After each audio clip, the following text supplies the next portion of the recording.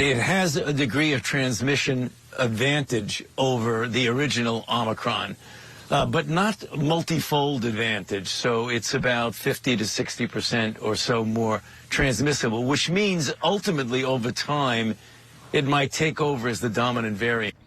All right, well, that was Dr. Anthony Fauci there that you just heard from, reminding Americans we are not out of the woods just yet, with two new subvariants appearing abroad.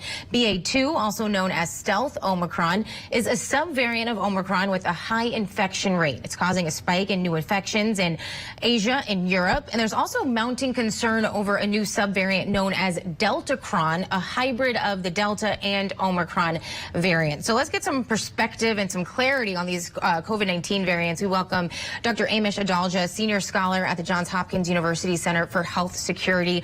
Always good to see you, especially with something like this, where I think that you can kind of get lost in it with all these changes and all these updates happening. So Dr. Fauci, we heard, said that the U.S. will likely see a rise in cases, but not necessarily a new surge, which we do not want to see with these new variants. So what would the rise be? Is there any reason for concern?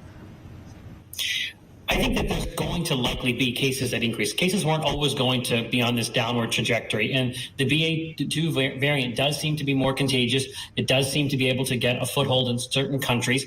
So I think we will see cases, but for me, the cause for concern would be when you see cases translate into hospitals in crisis again. And I think that's increasingly becoming less and less likely because the virus is now dealing with a population that has a lot of immunity from natural infection, from vaccines, and a population that has access to antivirals and monoclonal antibodies. So it's not of the same caliber as prior surges because we're increasingly becoming a more resilient population. There's certainly going to be baseline hospitalizations, cases, and deaths, but I don't think you're going to see anything like the same problems we saw with Delta or even the Omicron surge earlier. So the Delta variant is known for causing more severe illness, and Omicron, as we know, is highly infectious. So what do you make of the so-called Deltacron?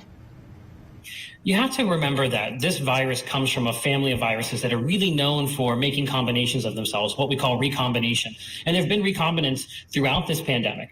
And Delta was spreading pretty heavily when Omicron appeared. And some people got infected with both, and that allowed the virus to kind of swap genes.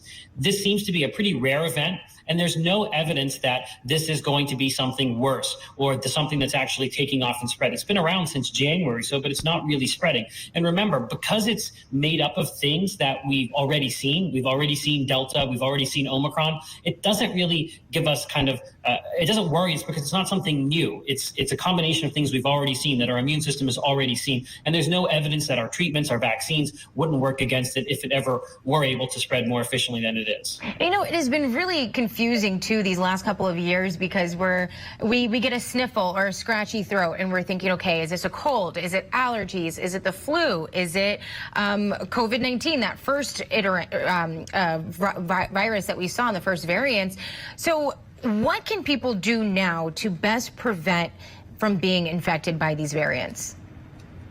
The best thing they can do is be vaccinated, and especially if you're someone in a high-risk group, get boosted if it's been more than 6 months since your second shot or more than 5 months since your second shot.